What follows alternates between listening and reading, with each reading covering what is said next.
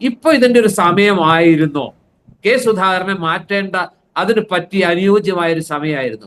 ആർക്ക് വേണ്ടിയാണ് സുധാകരനെ മാറ്റുന്നത്? കേരളത്തിലെ പാർട്ടിക്ക് വേണ്ടിയാണോ? പാർട്ടിയുടെ ഒരു വിഭാഗത്തിന് വേണ്ടി മാത്രമാണോ? ഈ ചോദ്യങ്ങൾ ഉന്നയിക്കുന്നു. പകരക്കാരനായിട്ട് കണ്ടെത്തുന്ന ആള് ഒരു പാൻ കേരള പ്രതിച്ഛായുള്ള ആളാണ്. ഇപ്പൊ നമ്മൾ ഉയർന്നു കേൾക്കുന്ന പേരുകൾ സുധാകരനേക്കാൾ മികച്ച പേരുകളാണ്. ആ പേരുകളൊക്കെ ഇപ്പോ നമുക്കറിയാം ആരുടെയൊക്കെ പേരുകളാണെന്ന്. ഉം. അതുകൊണ്ട് തന്നെ അദ്ദേഹത്തെ മാറ്റുന്നതിനെതിരെ ഇപ്പൊ പലയിടത്തും തൊണ്ടായി നേതാക്കൾ സംസാരിക്കുന്നു. രമേശ് ചെന്നിത്തല വിളിച്ചു എന്ന് പറയുന്നു. സുധാകരൻ സുധീരനെ കാണുന്നു, എ കെ ആന്റണിയെ കാണുന്നു, തന്നെ ഓക്കെ. അപമാനിക്കരുതെന്ന് പറയുന്നു.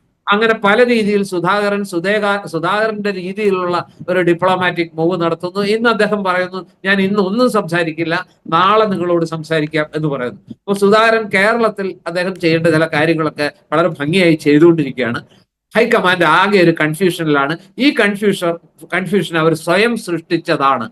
ആ തീരുമാനം എടുത്തിരുന്നെങ്കിൽ ആ തീരുമാനം എടുക്കാനുള്ള ഒരു ആർജവം ഹൈക്കമാൻഡിന് വേണ്ടിയിരുന്നു. അതില്ലെങ്കിൽ ഇങ്ങനെ ഒരു നാടകം ആവശ്യമില്ലായിരുന്നു. ആ നാടകത്തിൽ എന്തെങ്കിലും പരിക്ക് മുന്നണിക്കോ പാർട്ടിക്കോ സംഭവിക്കുന്നെങ്കിൽ അതിൽ ഏറ്റവും വലിയ ഫസ്റ്റ് കൾപ്രിറ്റ് എന്ന് പറയുന്നത് ഹൈക്കമാൻഡ് ആണെന്ന് പറയാനാണ് എനിക്കിഷ്ടം.